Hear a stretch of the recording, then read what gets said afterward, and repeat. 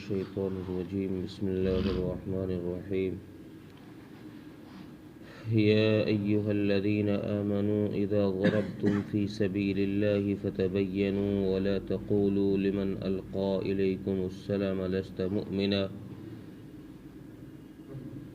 تبتغون عرض الحياة الدنيا فعند الله مغانم كثيرة كذلك كنتم من قبل فمن الله عليكم فتبينوا إن الله كان بما تعملون خبيرا.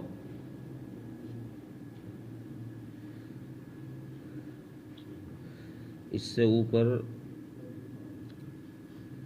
پچھلی آیتوں میں مسلمانوں کے قتل کا حکم ذکر کیا گیا کہ اگر کسی مسلمان کو غلطی سے قتل کر دے تو کیا سزا ہے، اور اگر جان بوجھ کر دے تو کیا سزا ہے. اس سے اوپر کی آیت میں کسی مسلمان کو جان بوجھ کر قتل کرنے کی سزا یہ بیان کی گئی کہ وہ ہمیشہ جہنم میں رہے گا، اس کی معافی کا اعلان نہیں ہے. اب اس قتل کے اندر ہی اس آیت میں ایک دوسرا حکم یہ ذکر کیا گیا. دو چیزیں یہاں بتائی گئی ہیں. پہلی چیز تو یہ ہے کہ ایمان والوں کو یہ حکم دیا گیا کہ جب تم کوئی کام کیا کرو تو اپنے کام کے کرنے سے پہلے اس کی پوری تحقیق کر لو. میں جو کرنے جا رہا ہوں، حالانکہ حکم اس آیت میں سفر کا ہے. اذا ضربتم فی سبیل اللہ، مسلمانوں کو حکم یہ دیا جا رہا ہے کہ جب تم جہاد پر نکلو، اللہ کے راستے میں جاؤ، تو ہر کام کو سوچ کر کرو، سمجھ کر کرو، اس کی تحقیق کر لو کہ میں جو کرنے جا رہا ہوں وہ صحیح کر رہا ہوں یا غلط. لیکن مفسرین نے لکھا ہے کہ اس آیت میں حکم تو سفر کا ہے، لیکن مراد اس سے ہر حال ہے کہ آدمی چاہے سفر میں ہو، چاہے حضر میں، گھر پر ہو یا کہیں باہر، جو کام بھی وہ کرے اس کام کی پوری تحقیق کر لے کہ میں جو کرنے جا رہا ہوں یہ صحیح ہو رہا ہے، غلط نہیں ہو رہا. ایک چیز تو یہ بیان کی گئی ہے اس میں. دوسری چیز اس میں یہ بیان کی گئی ہے کہ اگر کوئی آدمی، کوئی شخص ظاہری طور پر تمہیں اپنے آپ کو مسلمان ظاہر کر دے، ظاہری طور پر اپنے آپ کو مسلمان ظاہر کرے، جیسے سامنے سے وہ ہم سے سلام کرنے لگ جائے، السلام علیکم ورحمۃ اللہ وبرکاتہ، ظاہر بات ہے مسلمان ہی کرے گا اس طرح سلام. ایسا کوئی عمل کر دے، یا وہ سامنے سے کلمہ پڑھنے لگ جائے، اشہد ان لا الہ الا اللہ واشہد ان محمد عبدہ ورسولہ، یا اسی طریقے سے وہ کوئی ایسا عمل کرنے لگ جائے جو مسلمان کرتے ہیں، نماز پڑھنے لگ جائے، تسبیح پڑھنے لگ جائے، قرآن پڑھنے لگ جائے، جس سے یہ ثابت ہو کہ یہ شخص مسلمان ہے. تو قرآن کریم میں اس آیت میں حکم دیا گیا کہ اس کے اس ظاہری عمل سے تم اس کے اسلام کو قبول کر لو، تم یہ مان لو کہ یہ شخص مسلمان ہے، اگرچہ وہ تمہیں دھوکہ دے رہا ہو. واقعہ یہ ہوا تھا، اس آیت کے شان نزول میں کئی واقعے ذکر کیے مفسرین نے، اور وہ سارے بھی ہو سکتے ہیں کہ سارے واقعات کے بعد ہی آیت کریمہ نازل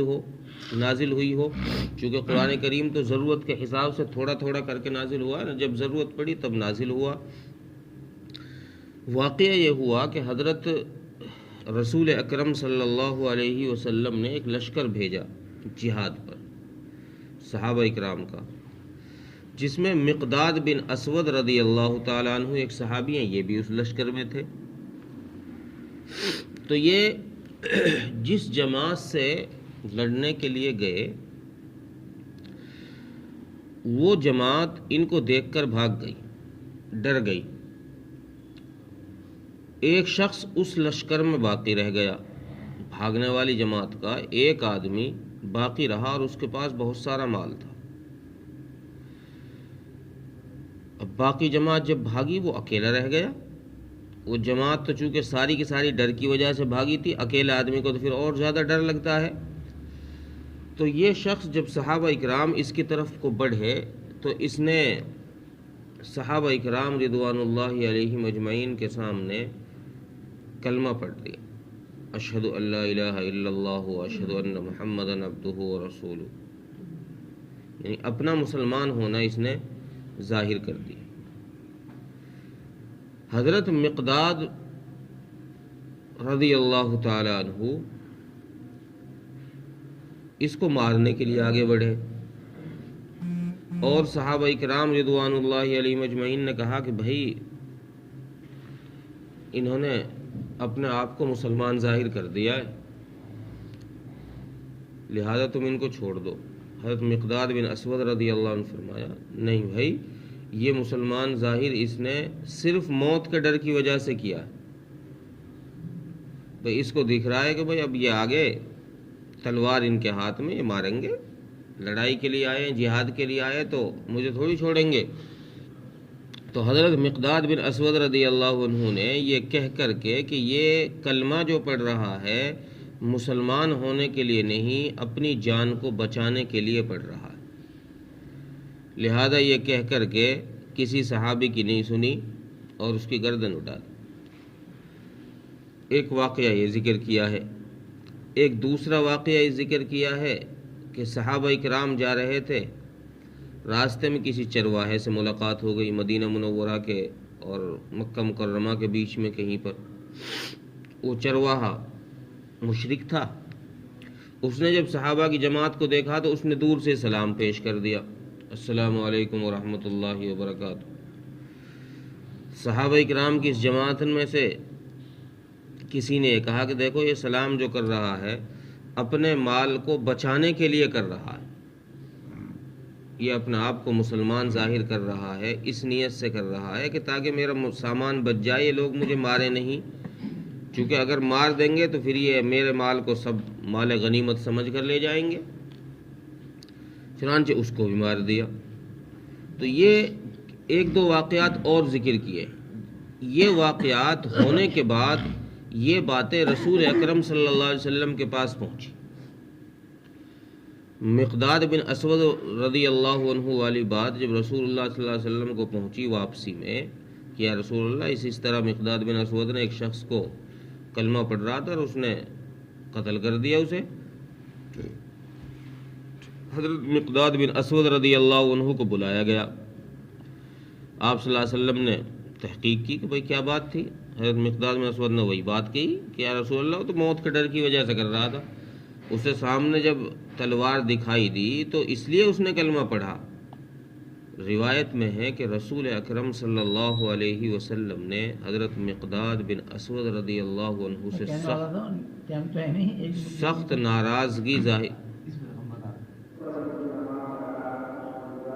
ناراضگی ظاہر فرمائی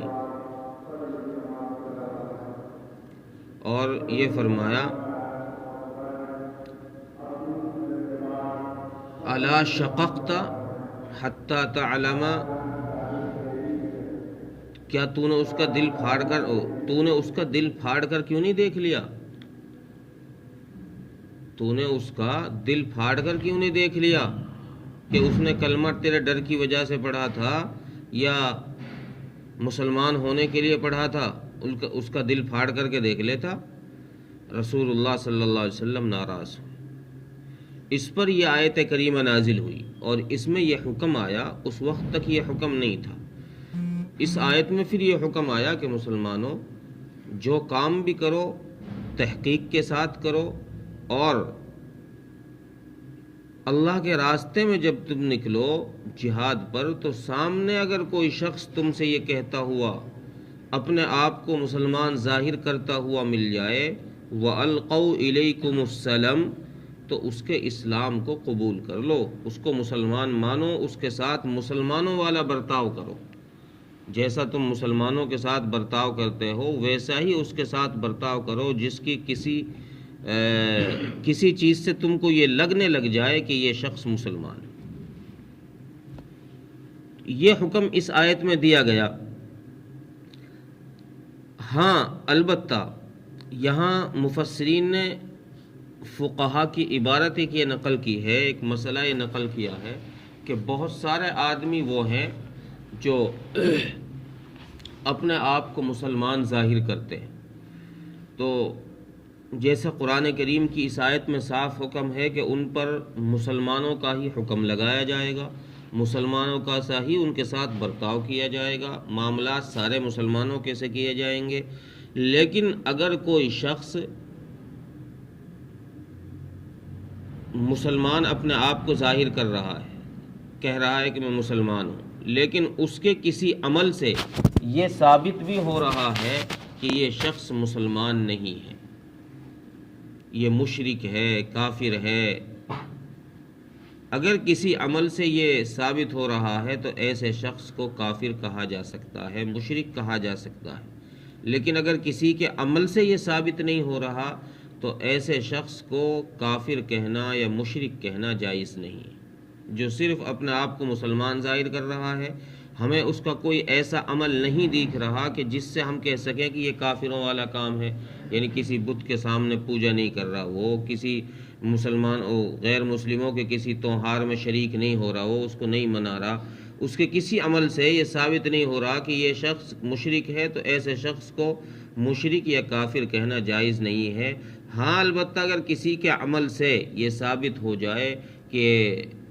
وہ کافروں والے جیسے کام کرنے لگ جائے، مثلا کسی بت کے سامنے سجدہ کرنے لگ جائے، یا مندر میں گھنٹی بجانے لگ جائے، یا کوئی اور ان کے تہواروں میں شریک ہونے لگ جائے، ان کا لباس جیسے تلک لگانا، یہ ساری چیزیں اگر کرنے لگ جائے تو ایسے شخص کو پھر کافر کہا جائے گا۔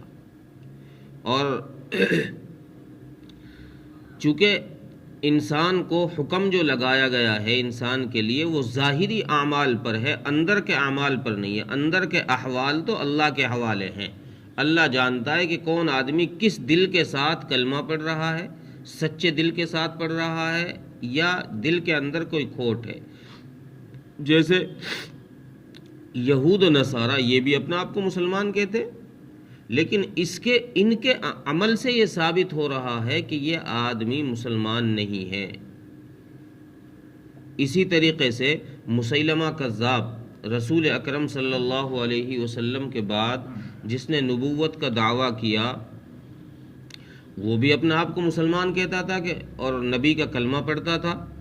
اذان میں بھی مفسرین نے لکھا ہے کہ اذان میں بھی وہ اشہد اللہ الہ الا اللہ اور اشہد ان محمد الرسول اللہ پڑھواتا تھا، لیکن ساتھ میں یہ بھی کہتا تھا کہ میں بھی اللہ کا رسول ہوں، مجھ پر بھی وحی آتی۔ تو اس کے اس عمل سے یہ ثابت ہوا کہ یہ آدمی مسلمان نہیں ہے، اگرچہ وہ کلمہ پڑھ رہا ہے، نماز پڑھ رہا ہے، اذان دے رہا ہے، اذان دلوا رہا ہے، لیکن وہ ساتھ یہ بھی کہہ رہا ہے کہ میں اللہ کا رسول ہوں، میرے اوپر وحی آتی ہے۔ تو اس کے اس عمل سے یہ ثابت ہوا کہ یہ شخص مسلمان نہیں ہے، اس لیے صحابہ اکرام رضوان اللہ علیہم اجمعین نے اس کو قتل کر دیا، اور سارے صحابہ کا اس پر اجماع بھی ہو گیا کہ یہ شخص مسلمان نہیں ہے، یہ کافر ہے، جھوٹا ہے، مکار ہے۔ تو اس آیت کے اندر اللہ تبارک و تعالیٰ نے یہ صاف کیا ہے کہ ظاہری حالات کو دیکھ کر تم کسی کے اندر میں مت جھانکو، یہ اندر سے کیا ہے، اندر سے کیا ہے، یہ کیا کر رہا ہے، کیا کرنا چاہ رہا ہے، کیا کہنا چاہ رہا ہے۔ تم صرف اس کے ظاہری حلیے کو دیکھ لو، تمہیں جیسا وہ لگ رہا ہے ویسا تم اس پر حکم لگا دو، اندر کے حالات چھوڑ دو، اندر کے حالات کی ہماری ذمہ داری ہے۔ ان اللہ کان بما تعملون خبیرا، اللہ فرما رہے ہیں کہ ہم جاننے والے ہیں، ہم کو خبر ہے تمہارے کاموں کی، تم کیا کر رہے ہو۔ اور اس سے پہلے اللہ نے صحابہ اکرام کے لیے ایک بات اور ارشاد فرمائی، جب صحابہ اکرام نے یہ حرکتیں، یہ کام صحابہ اکرام سے کچھ خطائیں ہوئی کہ انہوں نے ایسے شخص کو قتل کر دیا جو کلمہ پڑھ رہا تھا، تو اللہ تبارک و تعالیٰ نے صحابہ اکرام سے یہ بات کی کہ بھائی تم ان کے ظاہری اسلام کو قبول نہیں کر رہے، ان کے ظاہری اسلام، انہوں نے کلمہ پڑھ لیا، تم نے تحقیق تو کی نہیں ہے اس کی، اور تم نے خواہ مخواہ بھئی یہ تو ایک دنیا کے ڈر کی وجہ سے، موت کے ڈر کی وجہ سے کلمہ پڑھ رہا ہے، تم نے اس پر فتویٰ لگا کر اس کو ہی مار ڈالا۔ اللہ فرما رہا ہے کہ تم بھی تو تھوڑے دن پہلے ایسے ہی تھے، جیسا یہ مشرک ہے، جیسے یہ کافر ہے، کذالک کنتم من قبل، تم بھی تھوڑے دن پہلے ایسے ہی تھے، تم بھی سب مشرک تھے، تم بھی سب کافر تھے، تم بھی سب بتوں کے پوجنے والے تھے۔ فمن اللہ علیکم فتبینوا، اللہ تبارک و تعالیٰ نے وہ تو تم پر فضل کر دیا کہ اس نے نبی رحمت کو تم میں بھیج دیا، اس نبی کا کلمہ پڑھ کر تم مسلمان ہو گئے، اس نبی کی وجہ سے تم اسلام میں داخل ہو گئے، ورنہ تم بھی تھوڑے دن پہلے ایسے ہی تھے جو تم ان کو قتل کر رہے ہو۔ تو اس لیے اللہ نے فرمایا کہ ایسے یوں ہی کسی کو نہ مارنا چاہیے، بلکہ اس کی پوری تحقیق کرنی چاہیے۔ اس آیت میں 2 دفعہ اللہ تبارک و تعالیٰ نے فتبینوا کا لفظ ارشاد فرمایا کہ صرف تم مال غنیمت کی وجہ سے کہ یار اس کو مار دو اور اس کا مال ہم لے لیں گے، وہ مال غنیمت ہو جائے گا، ہم میں بٹ جائے گا، اللہ فرمائے تم تھوڑے سے مال غنیمت کی وجہ سے کسی کی جان لے رہے ہو بغیر تحقیق کے، حالانکہ اللہ تبارک و تعالیٰ نے تمہارے لیے بڑی بڑی فتوحات کا وعدہ فرما رکھا ہے۔ اور پھر اللہ تبارک و تعالیٰ نے وہ فتوحات دی بھی صحابہ اکرام کو، قیصر کی، کسریٰ کی، روم کی، فارس کی، یہ سارے شہر اور سارے ملک صحابہ اکرام رضوان اللہ اجمعین نے فتح کیے، اور ان سب کی مال و دولت ان کے حوالے ہوئی ہے۔ تو اللہ تبارک و تعالیٰ فرما رہے ہیں کہ ہم نے تو تم سے بڑی بڑی فتحوں کا وعدہ کر رکھا ہے، بڑے بڑے شہروں کا، مملکتوں کا وعدہ کر رکھا ہے، تم اس چھوٹے سے لالچ کی وجہ سے یوں ہی کسی کو مار رہے ہو۔ اس لیے تحقیق کر لو، تحقیق کرنے کے بعد تمہیں جو پتہ چلے صحیح ہے یا غلط ہے وہ کرنا شروع کر دو۔ ترجمہ دیکھیں، یا ایھا الذین آمنوا اذا ضربتم فی سبیل اللہ فتبینوا، اے ایمان والو جب تم اللہ کے راستے میں نکلو، سفر پر جاؤ یعنی جہاد پر جاؤ، تو فتبینوا، تو تحقیق کر لو، ولا تقولوا لمن القى الیکم السلام لست مؤمنا، اور تم کسی ایسے شخص کے بارے میں مت کہو یہ بات جو اپنے آپ کو کہہ رہا ہے کہ میں مسلمان ہوں، الیکم السلام، جو تم پر اپنا اسلام پیش کر رہا ہے، اب وہ چاہے کسی بھی صورت میں پیش کرے، لست مؤمنا، تم اس کو مت کہو کہ یہ مسلمان نہیں ہے، یعنی موت کے ڈر کی وجہ سے کہہ رہا ہے۔ تبتغون عرض الحیات الدنیا، تم تحقیق کر لو یہ دنیا کے لالچ کی وجہ سے، دنیا کے لالچ کی وجہ سے تو نہیں ہو رہا یہ کام کہیں تم سے۔ فعند اللہ مغانم کثیرہ، تو اگر اس دنیا کے لالچ کی وجہ سے، مال غنیمت کی وجہ سے تم یہ کر رہے ہو، تو اللہ فرما رہے ہیں فعند اللہ مغانم کثیرہ، اللہ تبارک و تعالیٰ کے پاس تمہارے لیے بہت سارے مغانم، یعنی بہت ساری حکومتیں ہیں، بہت سارا مال و دولت اللہ تبارک و تعالیٰ کے پاس تمہارے لیے ہے۔ کذالک کنتم من قبل فمن اللہ علیکم فتبینوا، تم بھی تو اس سے پہلے اسی طرح تھے، یعنی تم بھی تو مسلمان تھے، فمن اللہ علیکم، تو اللہ تبارک و تعالیٰ نے تم پر رحم فرمایا، اس لیے فتبینوا، تم اس بات کی تحقیق کر لو، ان اللہ کان بما تعملون خبیرا، بے شک اللہ تبارک و تعالیٰ جاننے والے ہیں اس بات کی، خبر رکھتے ہیں اس بات کی جس کو تم کر رہے ہو، جو تم کر رہے ہو وہ اللہ کے علم میں ہے۔ اللہ تعالیٰ ملک توفیق۔